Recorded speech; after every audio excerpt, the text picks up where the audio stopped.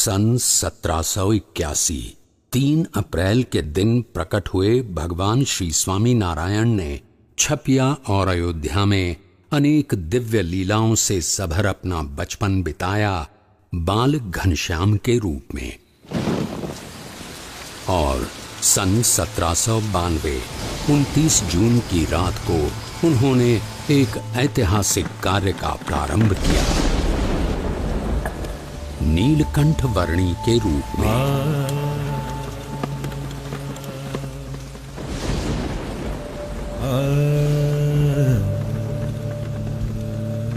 इस संसार के सारे बंधनों को त्याग कर अनंत जीवों के कल्याण के द्वार खोलने के लिए नीलकंठ वर्णी चल पड़े एक अद्वितीय कल्याण यात्रा पर।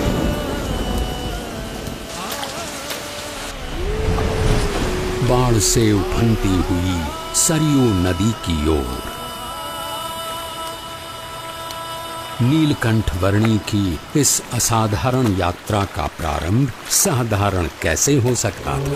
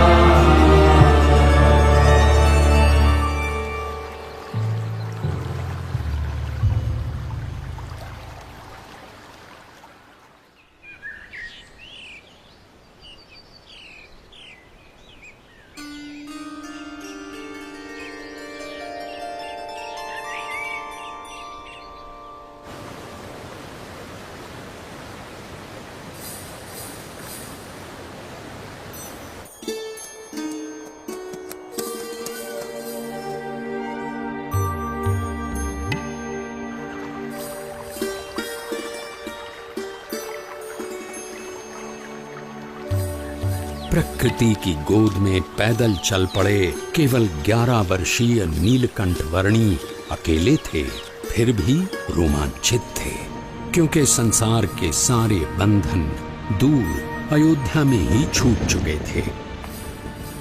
जैसे जल की बूंदें जल में ही मिलकर रह जाती हैं, वैसे ही वे मुमुक्षुओं के बीच रहना चाहते थे।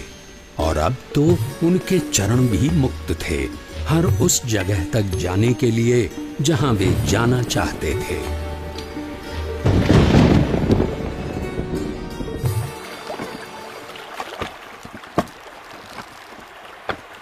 अमरपुर गांव की धरती पर सूर्योदय तो हर रोज की तरह हुआ था, पर आज वहां के लोगों को कुछ अधिक प्रकाश मिला। एक बाल योगी की कांति का प्रकाश।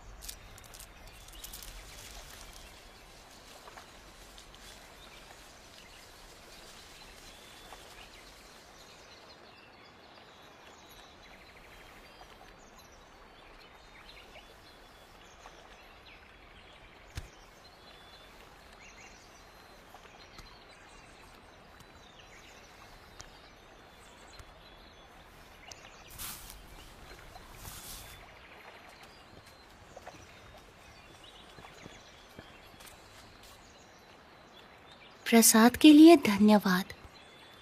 अब मुझे आगे जाने की अनुमति दीजिए। बालयोगी, अगर आप लंबी यात्रा करके आए हैं तो आज के दिन यहीं रुककर विश्राम करके जाइए। अभी तो मेरी यात्रा आरंभ हुई है और मुझे बहुत लंबी दूरी तय करनी है। जैसा आप उचित समझे।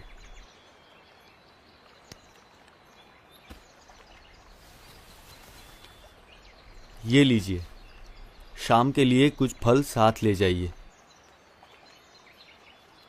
सुबह शाम की चिंता करनी होती तो संसार का त्याग ही क्यों करता।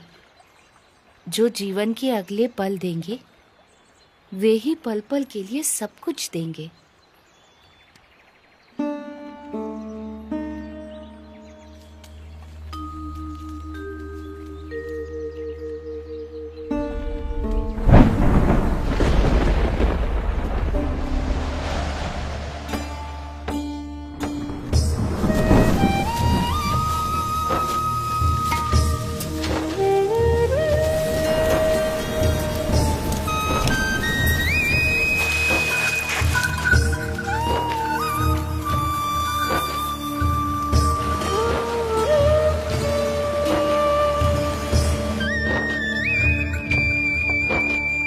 यहाँ के लोधेश्वर महादेव मंदिर का निर्माण महाभारत काल में राजा युधिष्ठिर ने करवाया था, ऐसा माना जाता है।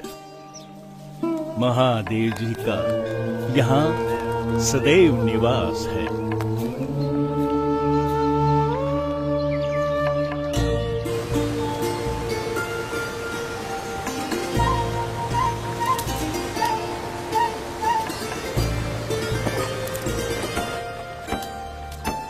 निडर, निशंक और निश्चल गति से अविरत यात्रा कर रहे नीलकंठ वर्णी की जीवन शैली एक योगी की परिभाषा को जैसे उन्नत कर रही थी। जो कुछ भी भोजन मिले उससे निर्वाह कर लेना उनकी आदत बन चुकी थी। एक ब्रह्मचारी की तरह आसन मुद्रा में ही निद्राधीन होना उनका नियम बन चुका था और मुमुक्षुओं की खोज में चलते रहना उनका नित्य क्रम।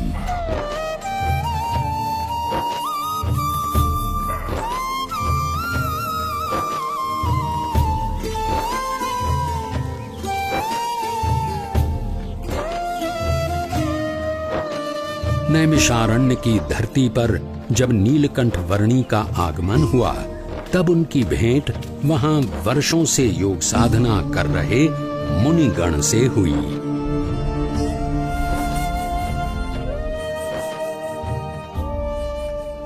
आपकी उपस्थिति से ही प्रतीत हो गया कि हमारी वर्षों की योग साधना सार्थक हो गई, अर्थपूर्ण हो गई। योग साधना की अर्थपूर्णता तब होती है जब योगी ब्राह्मी स्थिति को प्राप्त कर प्रत्यक्ष परब्रह्म में जुड़ जाए, ऐसा भगवद गीता में कहा गया है। ऐसी ब्राह्मी स्थिति के लिए कठिन से कठिन योग साधना करने के लिए हम तैयार हैं। उसके लिए सर्वप्रथम अपनी आत्मा, ब्रह्म और परब्रह्म के स्वरूपों की भिन्नता को यथार्थ रूप में समझना आवश्यक है। हमने इतनी साधना की किंतु आज तक ऐसा कुछ तो सुना ही नहीं।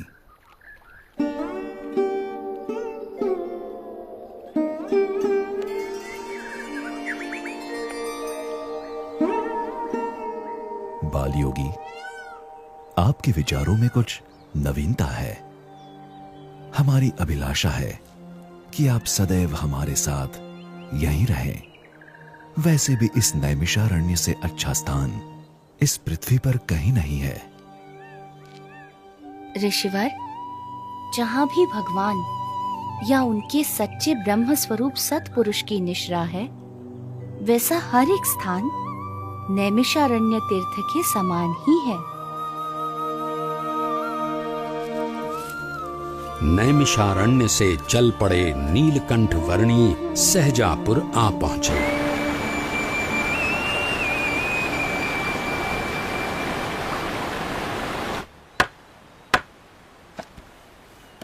अरे देखो वो कौन कूद रहा है।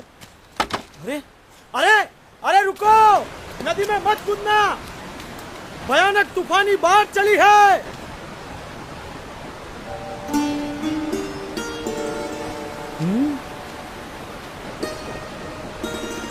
अरे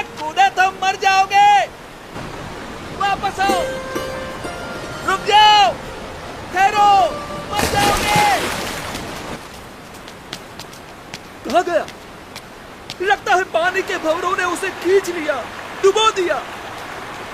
इतनी भयानक बाढ़, उसका जीवित रहना असंभव है। मर गया बेचारा। कहाँ गया वो बच्चा? कहीं नजर नहीं आ रहा। राम राम।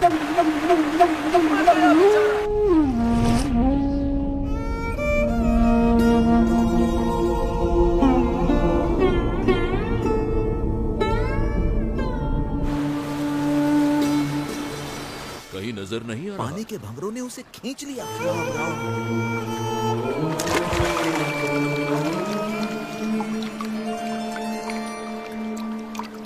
इतनी भयानक बाढ़ में उसका जीवित रहना असंभव है। बेचारा। अरे ये नहीं कौन होगा ये कैसे बच गया?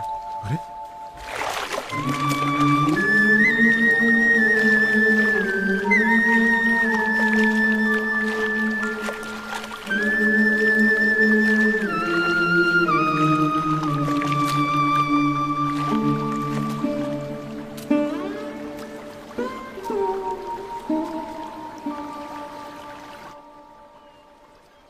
आप इतनी सहजता से इतनी तूफानी बाढ़ में कैसे कूद गए? आपको डर नहीं लगा? भीतर की शांति ऊपर के तूफानों को भी शांत कर देती है। ऊपर के तूफानों से डरोगे तो भीतर की शांति कैसे पाओगे?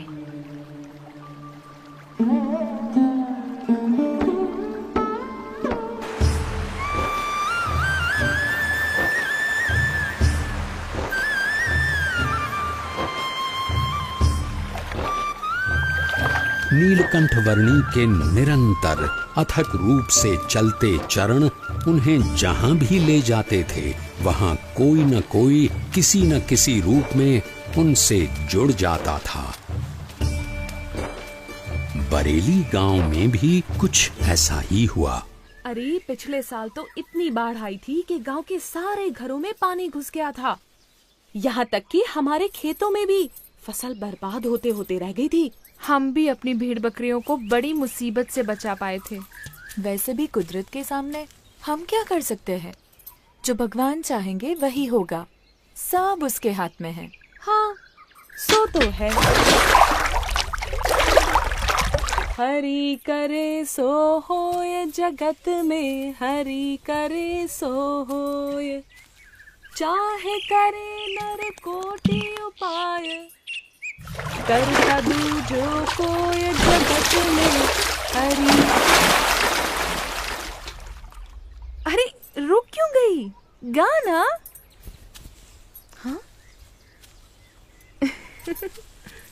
कितना प्यारा बच्चा है। केवल बच्चा है या कुछ इतना छोटा बालक और योगी?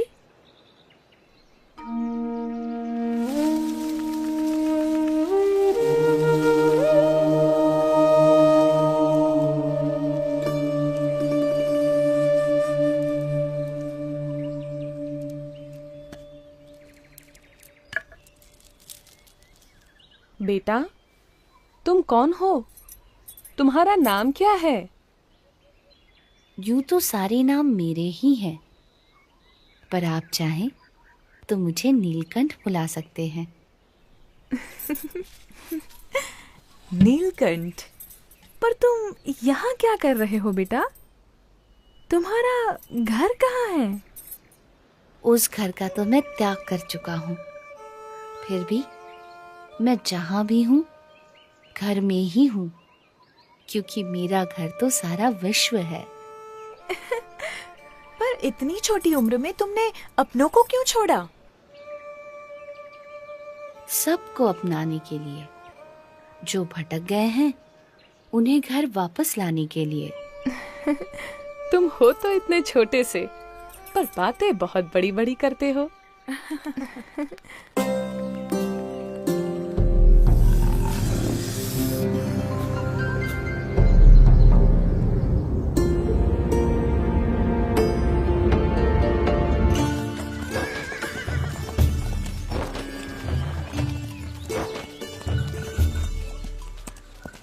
भैया, यहाँ आसपास में कोई जगह है जहाँ नारद जी ने तपश्चर्या की थी?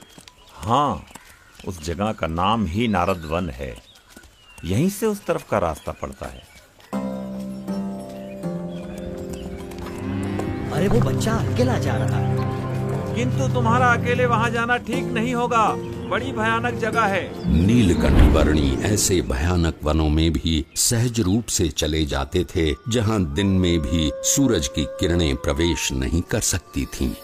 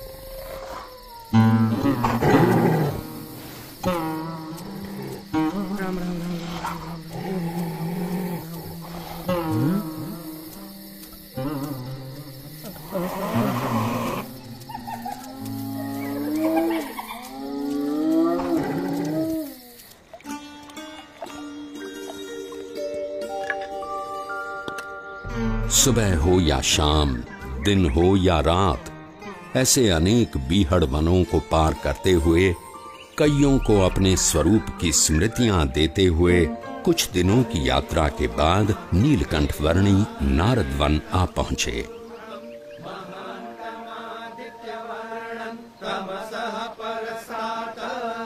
तमेव विदित्वाति मृत्युमेति नान्यः पन्था विद्यते पुरुष एवेदगुं।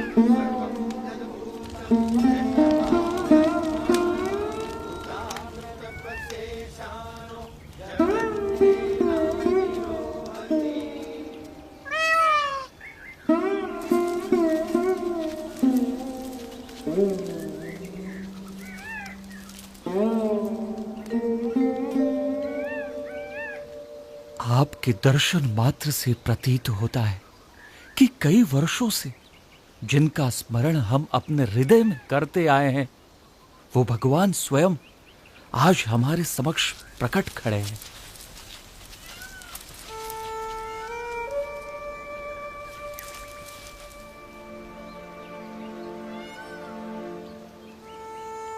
आप सबने परमात्मा की प्राप्ति का जो मार्ग चुना है, उसी में मनुष्य जीवन की सार्थकता है। ये मार्ग विकट है, पर हमें इस मार्ग पर चलते रहना है। चाहे कितनी भी समस्याएं आए, कितनी भी बाधाएं आए, और मृत्यु भी क्यों न आ जाए, किसी भी परिस्थिति में हमें उठ खड़ा होना है। सच्चे भाव से, सच्ची लगन से परमात्मा प्राप्ति के मार्ग पर चलते रहना है, तो परमात्मा कृपा करके हर अंधेरे को दूर कर हमारे जीवन में उनकी प्राप्ति की सुबह लाएंगे। नीलकंठ वर्णी की कल्याण यात्रा में कई ऐसे लोग थे जिन्होंने उनकी सेवा का अवसर जाने न दिया। ये भी ग्रहण की, चाहे वो कोई सामान्य भाविक जन हो या फिर स्वयं गंगा जी भी क्यों न हो।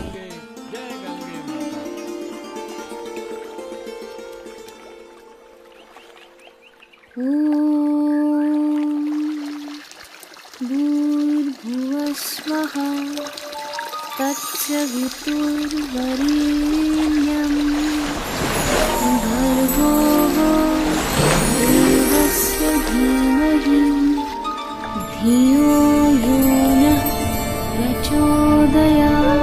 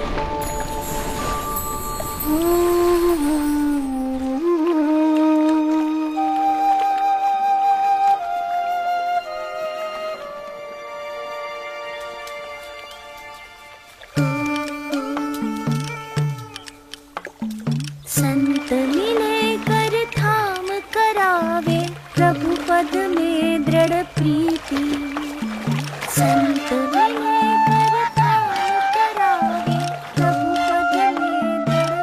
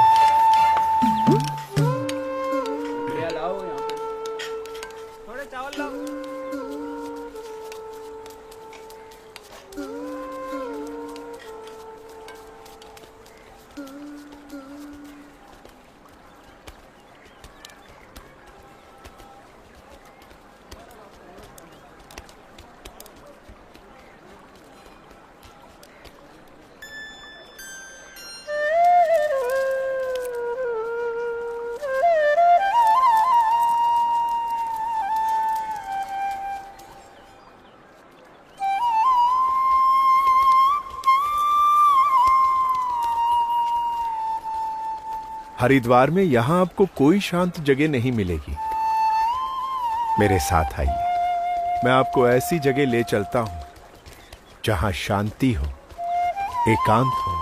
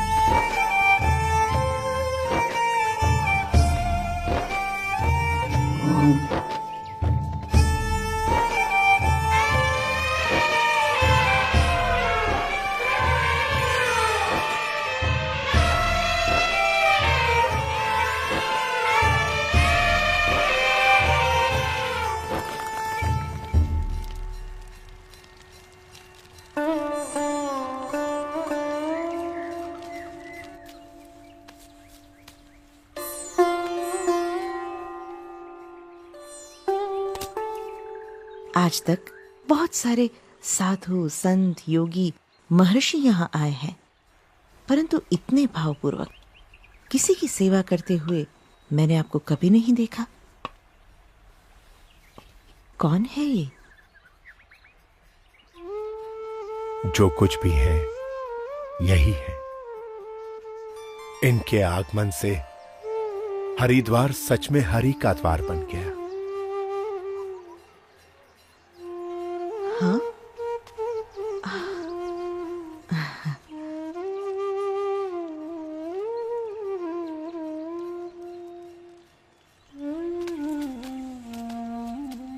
आपकी बड़ी कृपा कि आपने हमें दर्शन दिए।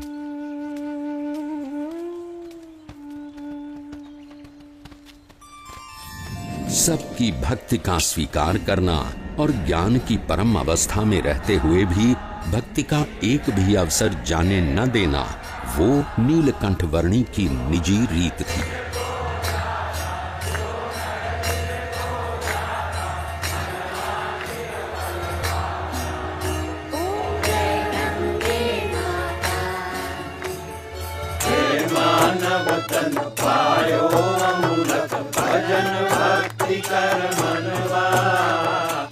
जन्माष्टमी के दिनों में नीलकंठ वर्णी तपोवन आ पहुंचे।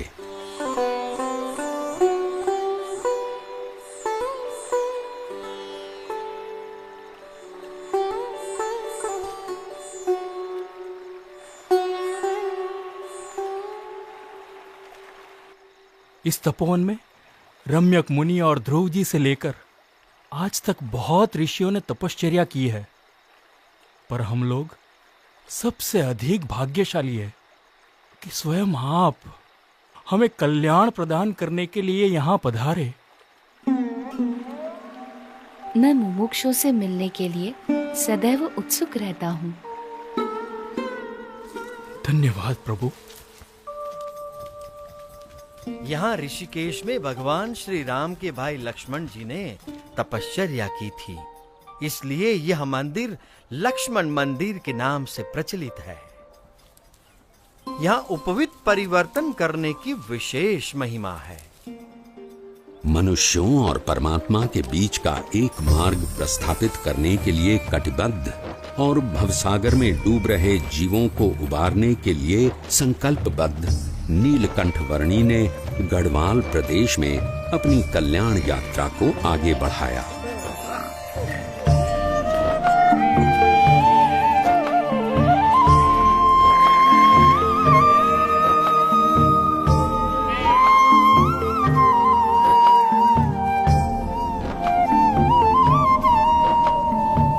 किसी भी परिस्थिति में अपने ध्येय तक पहुंचने की नीलकंठ वर्णी की संकल्प शक्ति के सामने कोई भी विकट रास्ता सरल बनकर रह जाता था।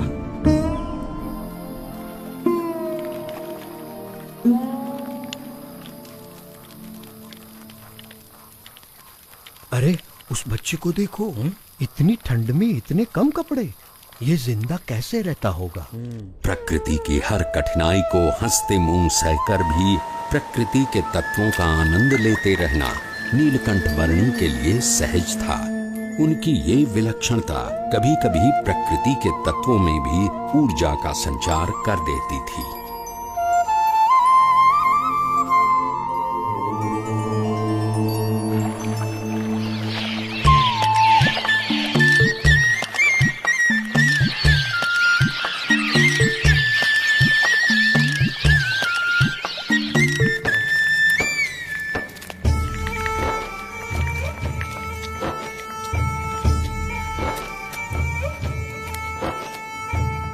ये मनभंग पर्वत है और वो चित्तभंग पर्वत, और वहां दूर नदी के किनारे जो दिख रहा है वो है श्रीपुर गांव।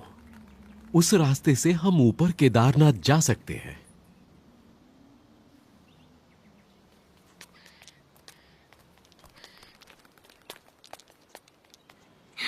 ये क्या बना रहे हो? ये जीव है और ये ईश्वर है, और ये उनके ऊपर माया का घोर अंधकार। ये क्या?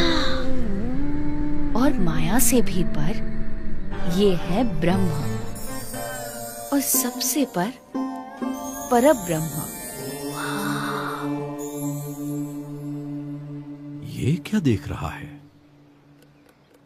बेटा, तुमने सन्यास ले लिया है। अच्छा किया है, पर इतनी छोटी उम्र में तुम्हें क्या पता कि कितना संघर्ष, कितनी विकटताएं होती हैं एक सच्चे सन्यासी के जीवन में। यदि पुरुष प्रयत्न में कोई कमी न रहे तो परमात्मा कृपा करके सारी विकटताओं को पार करवा देता है।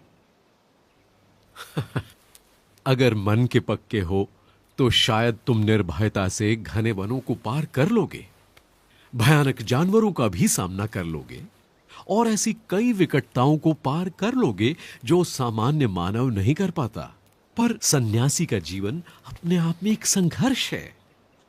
साधु का जीवन कोई गुलाब के फूलों की सेज नहीं कि जिस पर आराम से सो जाओ, पर वो दो धार वाली तलवार है जिस पर मृत्यु पर्यंत चलना है।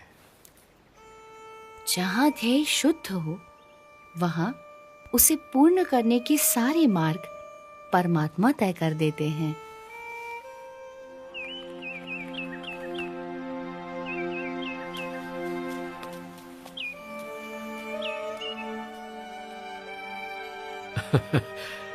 बच्चा है पर मन का पक्का है।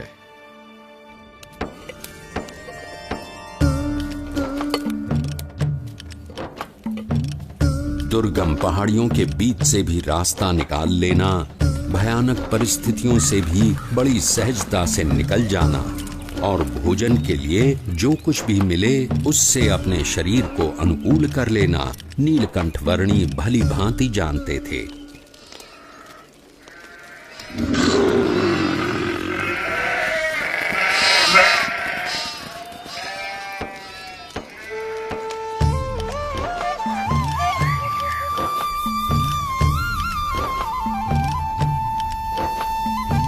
अपनी कल्याण यात्रा के दौरान नीलकंठ वर्णी श्रीपुर आ पहुंचे।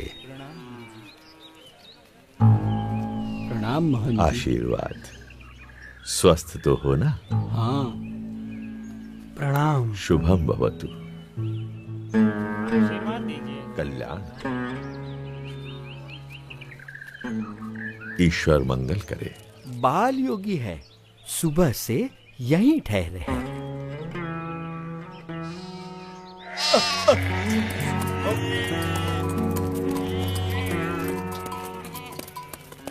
सब सुनिए, संध्या काल हो रहा है, सब सचेत हो जाइए। अपने मवेशियों को घर के अंदर ले लीजिए, बच्चों को भी ले लीजिए, सचेत रहिए। खेलना बंद करो, पता है ना बाहर कितना खतरा है। घर का ताला अंदर से बंद कर लेना, कोई बाहर ना निकले, ध्यान रखना। चलो चलो जल्दी करो, चलो जल्दी जल्दी सब कुछ अंदर रख दो। चलो चलो जल्दी करो। मैंने इस तरफ के दरवाजे बंद कर दिए हैं। भी सब बंद कर दिया है। चलो जरा जल्दी करो। चलो चलो जल्दी करो। पीछे के सारे दरवाजे भी बंद कर दो। भैया। अरे कोई खिड़कियां भी खुली मत छोड़ना। अरे सामान आने के बाद अपने सभी लोगों को अंदर बुला लो, कोई बाहर ना रह जाए। बेटे, मैं इस कमलेश्वर मठ का महंत हूं। अंधेरा हो रहा है और रात बहुत डरावनी होगी। मठ के अंदर आकर रहो। अंतर का उजास बाहर के अंधेरे से डरने ही नहीं देता। अच्छा, अगर मठ में रहना नहीं चाहते हो तो फिर श्रीपुर गांव में कोई और ठिकाना ढूंढ लो, लेकिन यहां मत रुको। मैं बस्ती से दूर एकांत में रहना अधिक पसंद करता हूं। लेकिन यहां रुकने में खतरा है। यहां रात में खूंखार जानवर आते रहते हैं। इंसान हो या मवेशी, किसी का भी शिकार कर लेते हैं। यहां रात की हवा में मृत्यु मंडराती रहती है। तो आपका कहना है कि मृत्यु आपके मठ में प्रवेश नहीं कर सकती? क्या आपके किवाड़ या दीवार मृत्यु को रोक सकते हैं? मृत्यु को तो कोई नहीं रोक सकता मेरे बच्चे, लेकिन सामने से मृत्यु को गले लगाना भी तो उचित नहीं। यदि मृत्यु को कोई रोक ही नहीं सकता तो उससे डरना भी क्यों?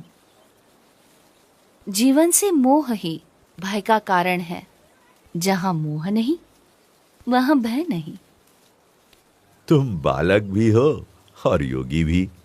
अब बाल हठ और योगी हठ दोनों को तो मैं नहीं छुड़वा सकता। वैसे मठ में सदैव तुम्हारा स्वागत है।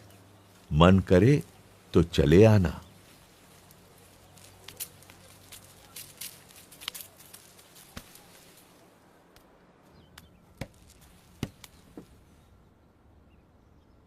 मुझे भय है, अगर कोई जंगली जानवर आ गया तो इसकी मौत निश्चित है।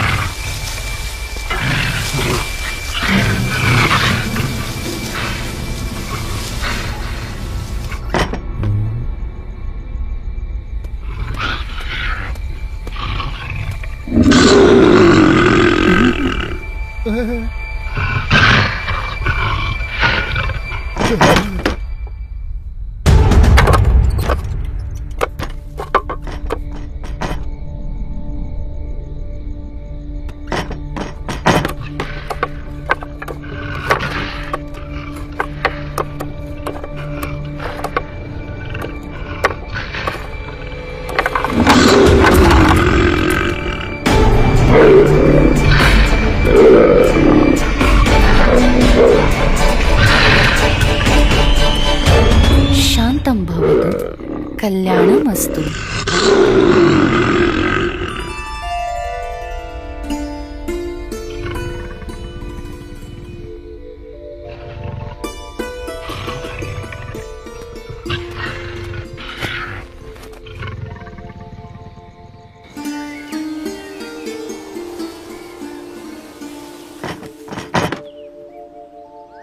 ये क्या? मैं ये क्या देख रहा हूं? अकल्पनीय। जहां दिव्य प्रेम हो वहां भय नहीं हो सकता।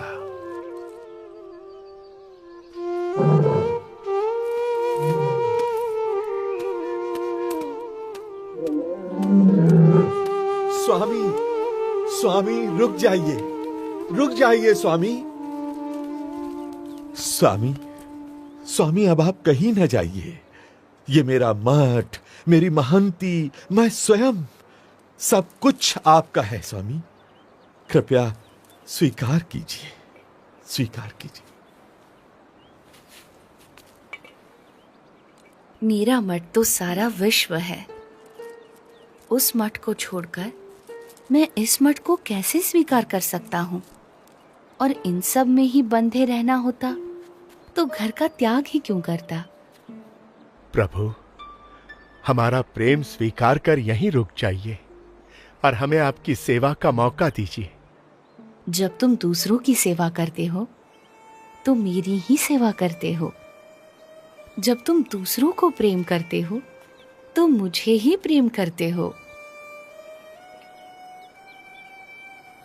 हरेक जीव में बसे परमात्मा के स्वरूप का आदर करना और उस आदर से हरेक को समान भाव से अपनाकर कल्याण के मार्ग पर प्रेरित करना, वो नीलकंठ वर्णी की अनूठी शैली थी। नीलकंठ वर्णी किसी भी प्रकार के भय से मुक्त थे और दिव्य प्रेम से युक्त थे, और इसीलिए कोई भी मुमुक्षु जीव बड़ी सहजता से नीलकंठ वर्णी से जुड़ जाता था।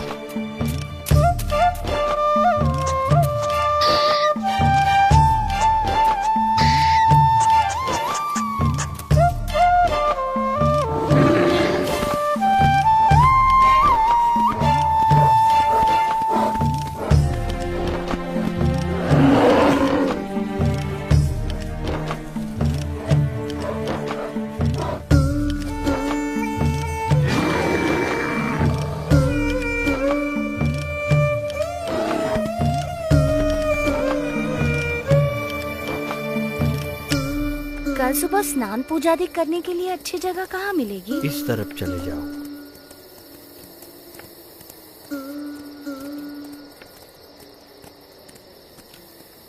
गंगे च यमुने चैव गोदावरी सरस्वती स्नानं करोमि ते जलैः। अन्नं चतुर्विधं स्वादु भोज्यं समर्पयामि।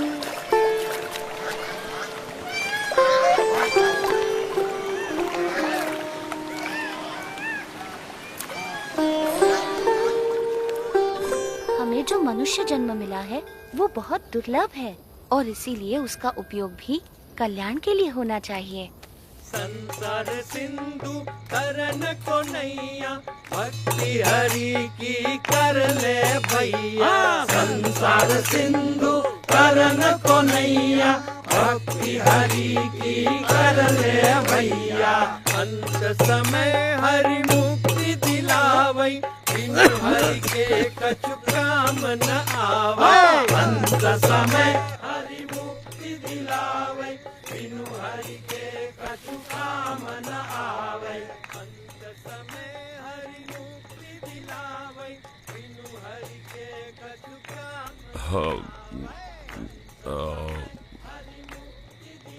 भाई वो अपना मजा ले रहे हैं और हम हमारा। उस नशे के सामने ये नशा तो कुछ भी नहीं है। पर इसमें बुरा भी क्या है, मजा आता है। इस व्यसन से अधोगति है और उस व्यसन से उन्नति। पसंद भी आपकी है और निर्णय भी।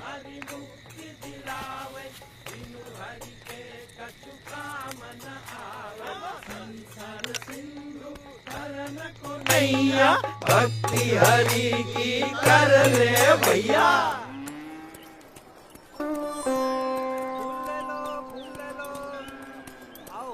भगवान को चढ़ाने फूल ले लो।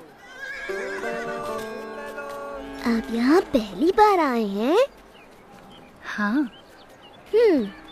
तो मेरे साथ चलिए, मैं आपको गुप्त काशी के मंदिरों के दर्शन करवाता हूँ। चलो। ये गुप्त काशी का मणिकर्णिक कुंड है। यहाँ एक गौमुख से गंगा जी का पानी आता है और दूसरे गौमुख से यमुना जी का। अच्छा, गंगा यमुना का संगम है यहाँ।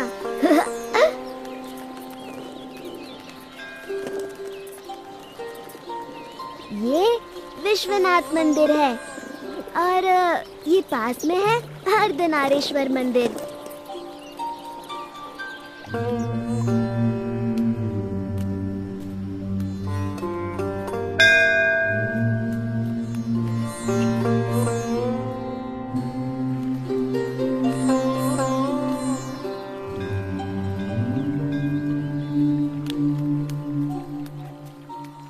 अब आप कहाँ जाओगे? गुप्त प्रयाग और त्रियुगी नारायण से होते हुए गौरी कुंड और वहां से केदारनाथ। इतना दूर?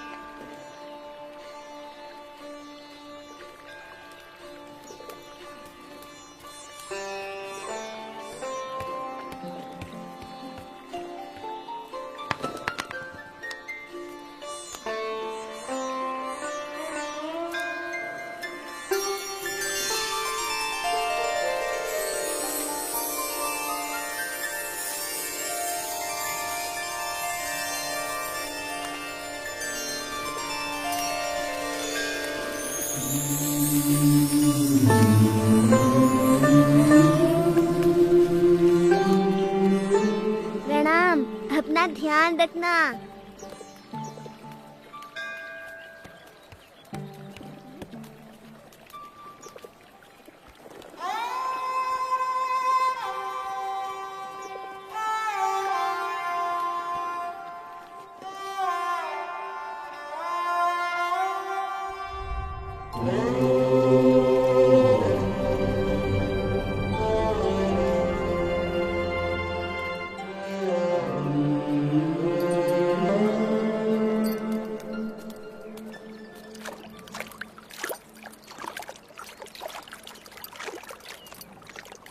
आहा, ये गौरी कुंड भी ऊपर वाले का चमत्कार है। चारों तरफ केदारनाथ की ठंड और उसके बीच में इस गौरी कुंड का गरम गर्मीला पानी। आहा, बस जी भर के नहाओ, ठंड की कोई फिक्र नहीं। सही कहते हो तुम।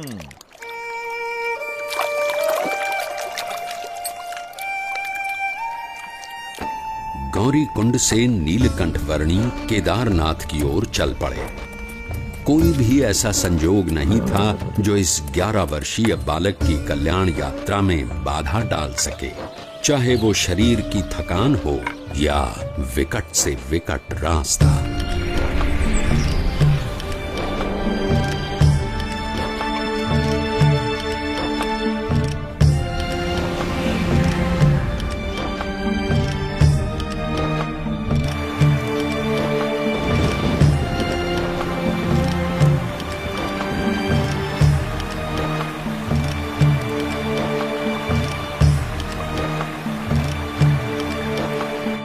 भवाटवी में साधु की संगत हरिपद प्राप्त करावे।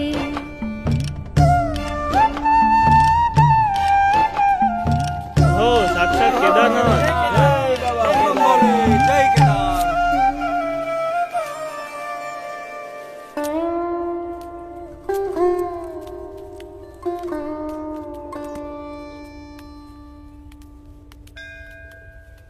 खोया हुआ है। अरे किस दुनिया में हो भाई? साक्षात नारायण की दुनिया में। हाँ? क्या? कहाँ? मुझे इन वर्णी में साक्षात नारायण भगवान के दर्शन हो रहे हैं। तुम भी दर्शन कर लो। साक्षात भगवान नारायण। हाँ। ओह प्रभु, साक्षात नारायण। धन्यवाद धन्यवाद। प्रणाम प्रभु। प्रभु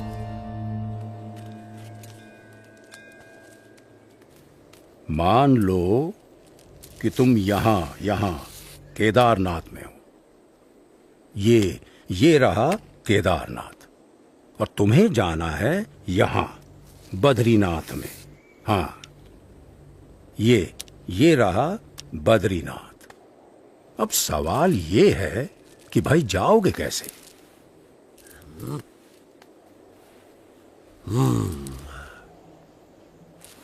तो तुमको जाना पड़ेगा पहले ज्योतिर्मठ, ये यहां पर, और फिर यहां से ऊपर ये हाँ, यहां तुम पहुंचोगे बद्रीनाथ।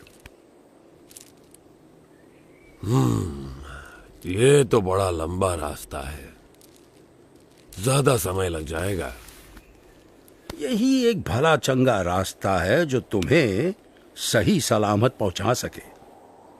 और कहीं इधर उधर भटकने गए तो हमेशा के लिए भटक जाओगे। किसी जंगली जानवर का शिकार हो जाओगे, या भटकते भटकते ही मौत के मुंह में जा गिरोगे। हाँ, फिर तो हम इसी रास्ते से जाएंगे। हाँ भाई, क्या कहना है तुम्हारा?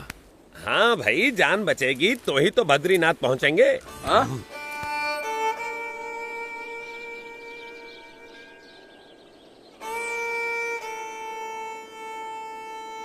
थोड़ी देर ज्यादा लगेगी, पर जिंदा तो पहुंचेंगे। हाँ, सही समझे। हाँ भाई, सुरक्षित रास्ते से ही चलेंगे।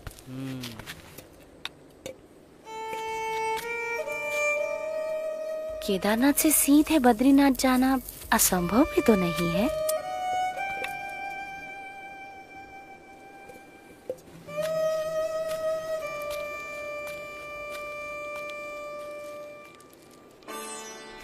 केदारनाथ से सीधे बद्रीनाथ, एक ऐसा मार्ग जिससे गुजरने के बारे में कोई सामान्य मानवी तो सोच भी नहीं सकता था, जहां मानो मनुष्य जीवन का अस्तित्व ही नहीं था।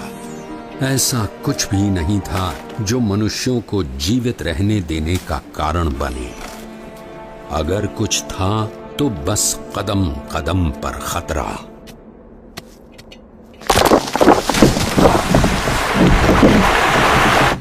शून्य के नीचे का तापमान जो पानी को पीने के लायक भी नहीं छोड़ता था।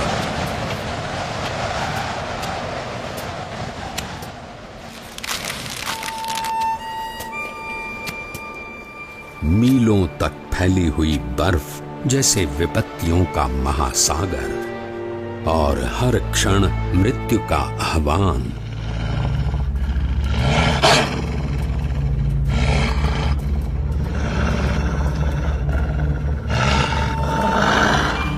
पर केवल 11 वर्ष का एक बालक कृत निश्चयी था अपने ध्येय तक पहुंचने के लिए।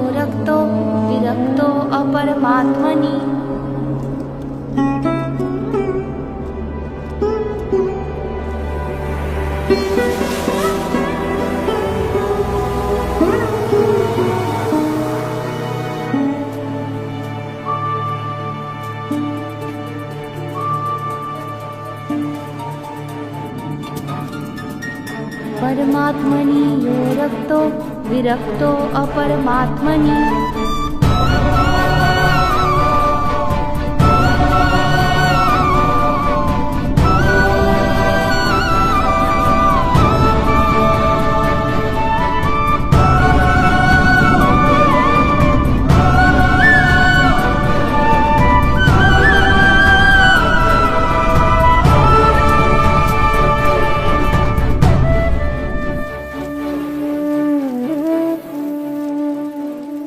इस ठंड में हम लोग यहाँ कंबल ओढ़कर भी ठीक से सो नहीं पा रहे हैं, और वो बच्चा नंगे पांव खुले शरीर केदारनाथ से सीधे बद्रीनाथ के विकट रास्ते पर अकेला चल पड़ा है।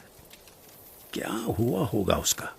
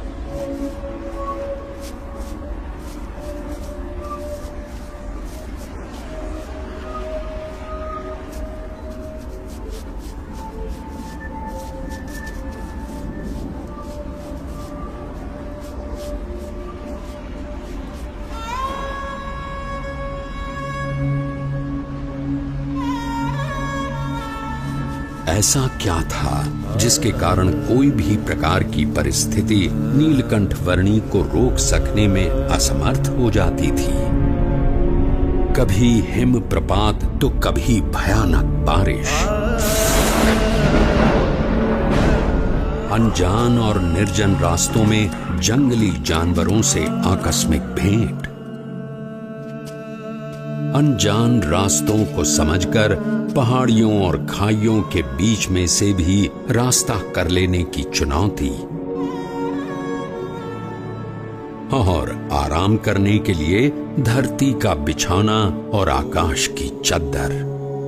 नीलकंठ वर्णी की दृष्टि में ऐसा कुछ भी नहीं था जो इस मनुष्य शरीर से नहीं हो सकता था। देह भाव से पर और मनोभाव से, पर नीलकंठ वर्णी की आध्यात्मिक स्थिति ही ऐसी थी जो किसी भी परिस्थिति से ऊपर उठकर उनकी कल्याण यात्रा को आगे बढ़ाए रखती थी।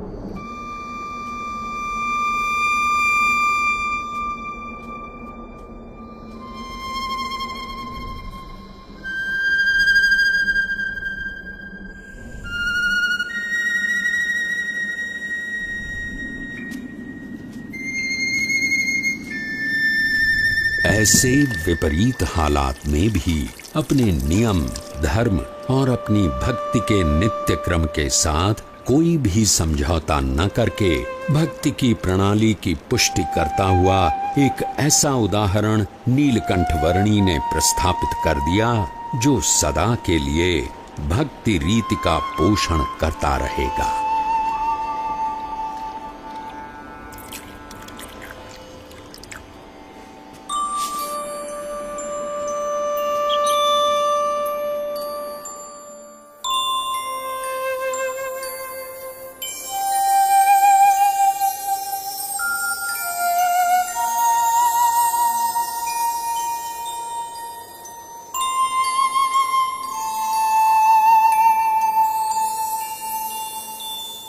आज के समय में भी कई लोग साथ मिलकर बहुत सारी सुविधाओं के साथ जिसे पार करने के लिए हिचकिचाते हैं, वैसा केदारनाथ से सीधे बद्रीनाथ जाने का लगभग 75 किलोमीटर का मार्ग नीलकंठ वर्णी ने नंगे पांव, खुले शरीर, अकेले केवल 9 दिनों में पार कर लिया।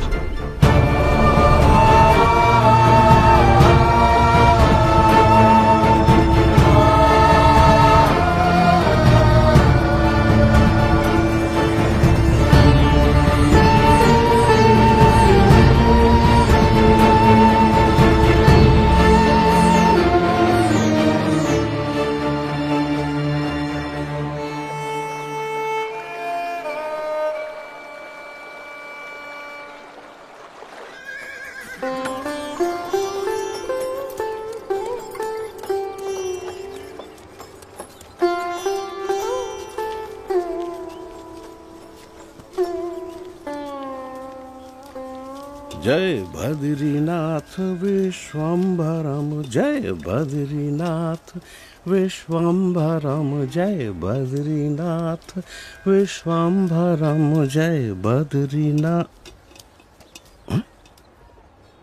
अरे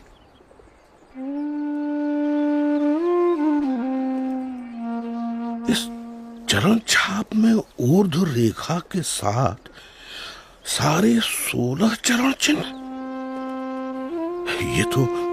ये तो स्वयं परमात्मा के चरणों की छाप है। कहाँ है वो?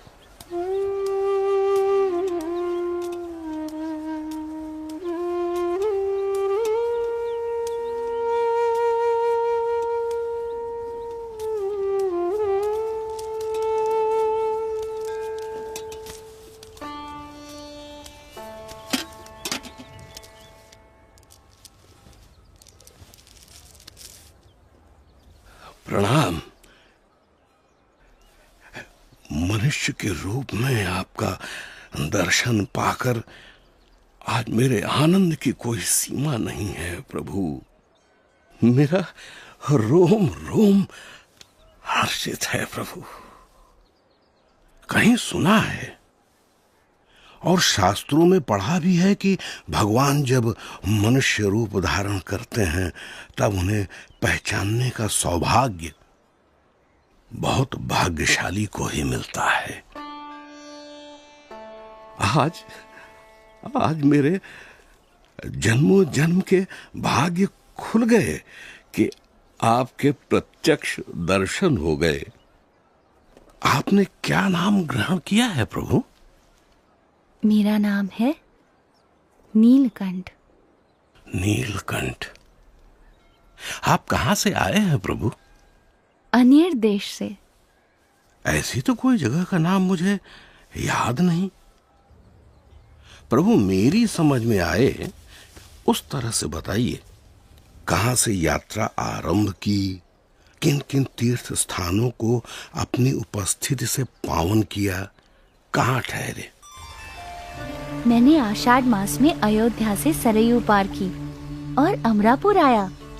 हिंडोला के दिन नारद वन में बिताए और पवित्र एकादशी हरिद्वार में की। तपोवन में जन्माष्टमी का उत्सव मनाया। लक्ष्मण झूला के पास लक्ष्मण मंदिर में उपवीत परिवर्तन किया। गणेश चतुर्थी श्रीनगर में, ऋषि पंचमी उद्धव वन में और जल झिलनी एकादशी एवं वामन द्वादशी गुप्त काशी में की।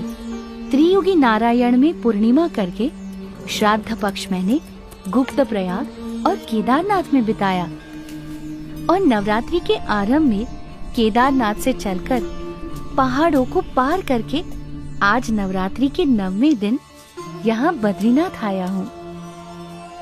और आपका भाव है, इसीलिए दीपोत्सव और अन्नकूट उत्सव यही आपके साथ मनाऊंगा।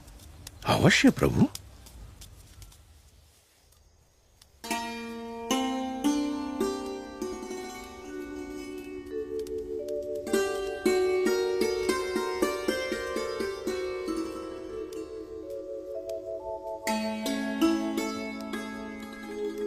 पवन मंद सुगंध शीतल हेम मंदिर शोभितम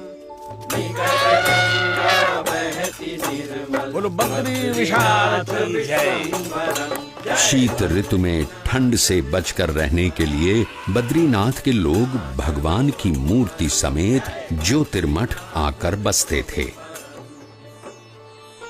नीलकंठ वर्णी भी उनके साथ ज्योतिर्मठ आए।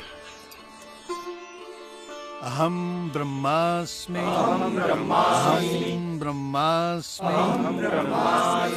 अयम आत्मा ब्रह्म एव अयम आत्मा ब्रह्म एव। ये सब उपनिषद के मंत्रों का अच्छा पाठ कर रहे हैं। प्रभु, ये तो हम सब का नित्य क्रम है। इन मंत्रों के रटन से ये सब अपनी आत्मा का ब्रह्म के रूप से अनुसंधान कर रहे हैं। ऐसा उत्तम ध्येय रखते हैं। उसका अर्थ है कि ब्रह्म, आत्मा एवं परमात्मा के स्वरूपों की भिन्नता को वे यथार्थ रूप से समझते हैं। हमने तो ऐसा ही रटन सीखा है। अहम ब्रह्मास्मि अहम ब्रह्मास्मि।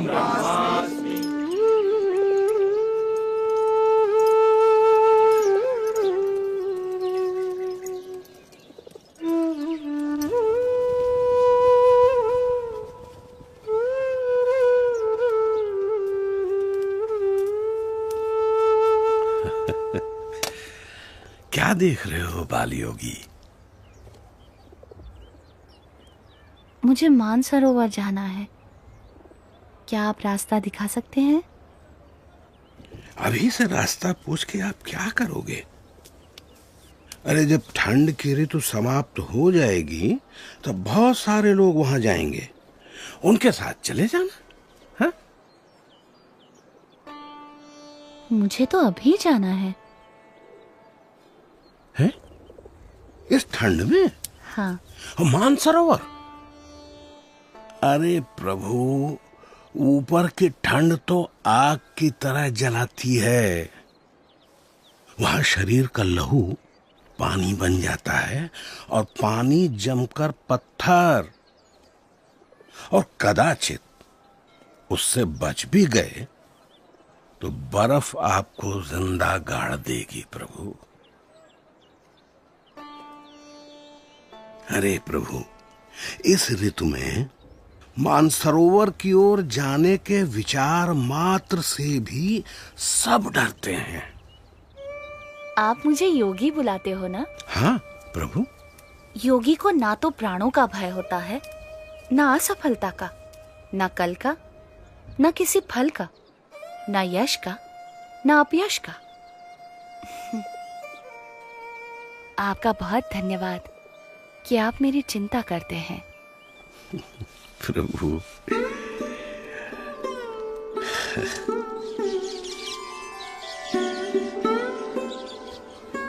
ऊपर की ठंड से बचने के लिए कंबल पर्याप्त तो नहीं है, फिर भी स्वीकार कीजिए।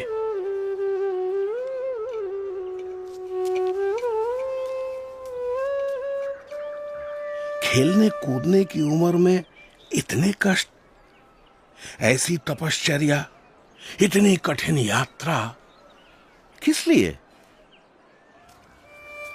मेरी यात्रा कल्याण के लिए है।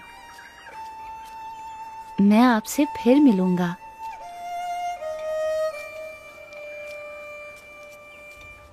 आपके दर्शन की प्रतीक्षा रहेगी प्रभु।